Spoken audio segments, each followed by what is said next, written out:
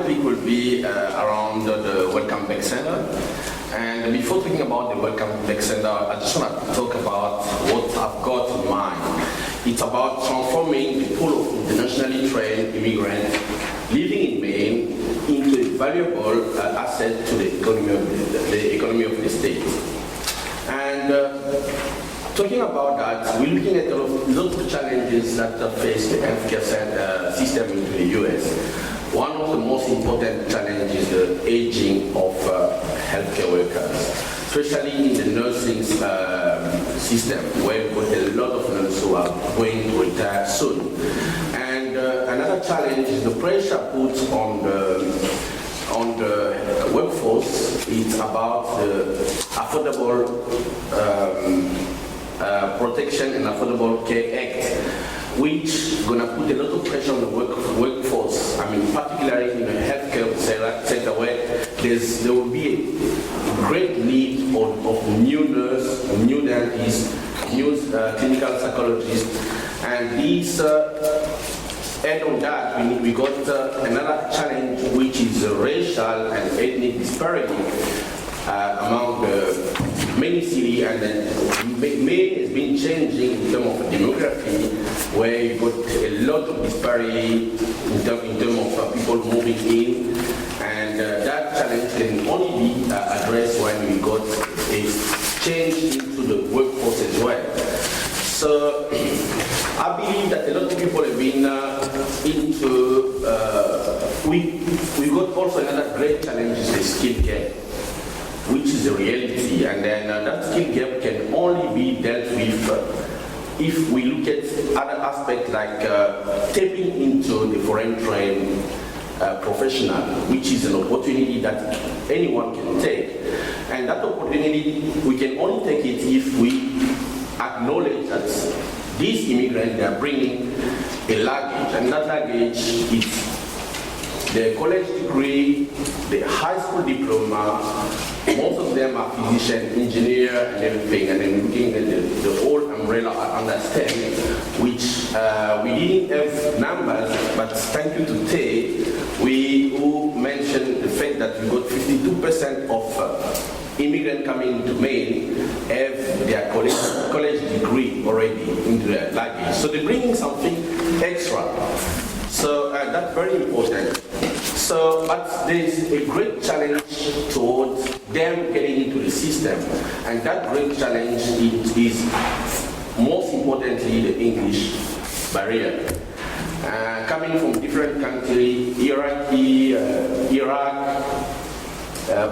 Congo, and maybe Rwanda, Burundi, and everything, they've got their own, they were educated in French and other languages. The most important barrier is the English barrier. And then other barriers are like limited financial resource, which is another barrier. The lack of familiarity with the US system is another problem.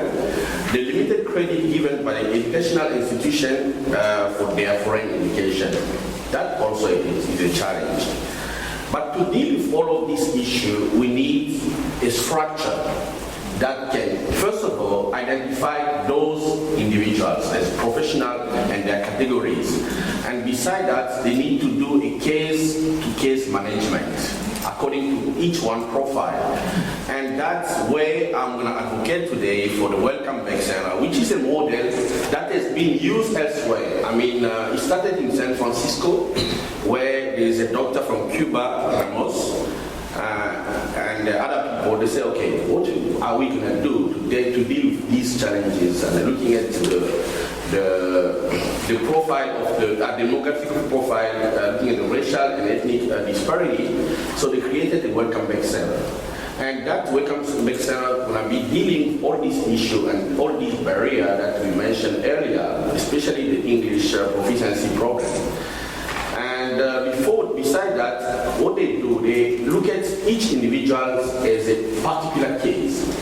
Because you cannot just say, okay, this is a physician, but you need to look at his age, and you need to look at which specialty he was in before.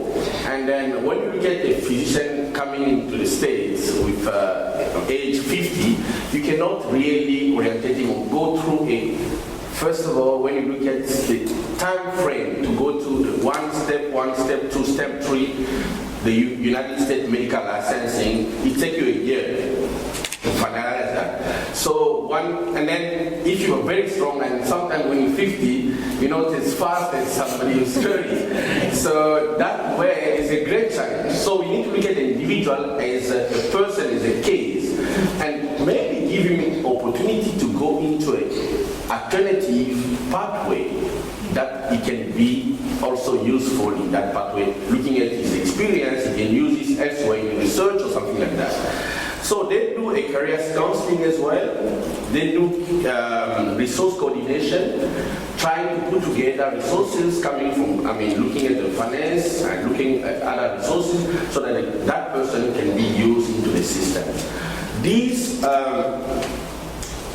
Welcome Back Sarah, has been implemented in 10 different states, starting from San Francisco, come close to us in Boston, in Massachusetts, and in Rhode Island. I went to visit that center where I was very amazed of the service, and it created an opportunity for, like Stephanie mentioned, that we need a place where you can say, okay, where am I going to find the immigrants? You go to Welcome Back Center, where they teach them English, where they learn about new skills, where they learn about soft skills, which are very important to integrate yourself into the American system.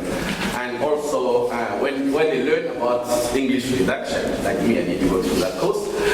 So those are elements that can make you able to be ready for the job. And we're talking about job readiness. So, besides the fact that they're coming with their degree, you need to get them ready, you need to get them prepared so that they can integrate into the system and be an asset to the system and to the US economy. And the structure, they've got a very accelerated English class, which is different from what we got the SO that we got here. Because when you look at what is happening with adult education, which I say they're doing a great job, but we need to separate a professional can be fast learner than a person who never have any other language than his native language. So you need to separate that. They separate that. So that this course can be very fast, and then this person can be ready within 3 months and be ready to be used as a professional. And beside that, they're looking at resources where they can find money, so that, because going through a pathway, like a physician pathway, is very costly. I was sitting with Robert Minette last time, and then we estimate that a physician to get ready to be practicing in the United States, it needed at least $11,000 each. Why? It can be divided into online courses, prep course. It can be divided into books. It can be divided into, we're looking at books, online courses, preparation courses, and you're looking at other resources that can be put for him available so that he can be ready to be practicing. And one more important thing is the challenge on internship and observership. And they face that challenge through collaboration with other stakeholders. They sit together. Look, these guys can be ready, but can you take them as internship and intern so that they can be ready? Instead of teaching them English is not sufficient, they need to know the system, they integrate the system, and through internship, they can be able to be practicing and to be an asset to the economy of the country. And I mentioned the fact that they can direct other people into alternative career pathway and like research and everything, and it can be a tremendous asset to the state of Maine. And that's all I would like to say about the Welcome Back Sarah. Thank you very much.